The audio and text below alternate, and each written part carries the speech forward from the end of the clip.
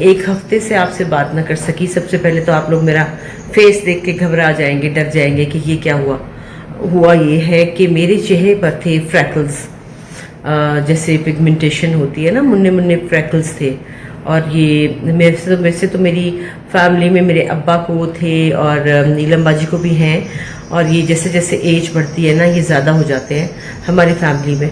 और कमर पे हो जाते हैं, गर्दन पे हो जाते हैं, बाजू पे हो जाते हैं। लेकिन मेरे फेस पे हो गए, क्योंकि जो मेरी रेडिएशन हुई थी उसमें से भी, उसके बाद भी ये प्रॉब्लम हो जाता है, उससे भी हो जाते हैं।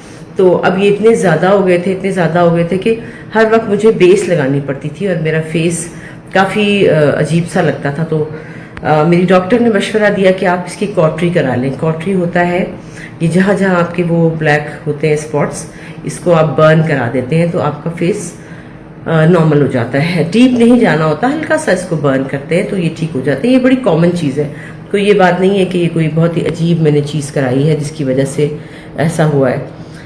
तो कुछ मेरे ख्याल में थोड़ी सी गलती ये हुई कि एक मास्क था, एक रैंडम मास्क मुझे किसी ने दिया था कि फेस पे लगा ले। तो मैं और ज़ारा और समीन रात को मूवी देख रहे थे तो लाहौर में, तो मैंने सोचा चलो लगा लेते हैं, बैठे बैठे वो मास्क लगा लिया। और हर चीज़ हर एक को सूट भी नहीं करती है, तो मैंने लगा लिया, उससे थोड़ी सी रैशेस हुई। नेक्स्ट डे जब मैंने ये प्रोसीजर कराया तो नमिंग क्रीम लगी होती है, फिर मैंने वो ये करवाया तो उससे मुझे ना एलर्जी हो गई है।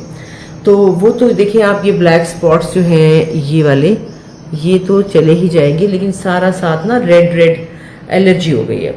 तो ये काफ़ी मेरा फेस ख़राब हो गया है, लेकिन ठीक हो जाएगा इंशाल्लाह। मैंने अपने डॉक्टर से बात की, उन्होंने बताया कि आप ये ऑइंटमेंट यूज़ करें, दवा खाएं एंटी एलर्जी, और आई होप कि कल तक ठीक होना चाहिए। मेरा शूट है। और हाँ जी, मैं कराची आ गई हूँ।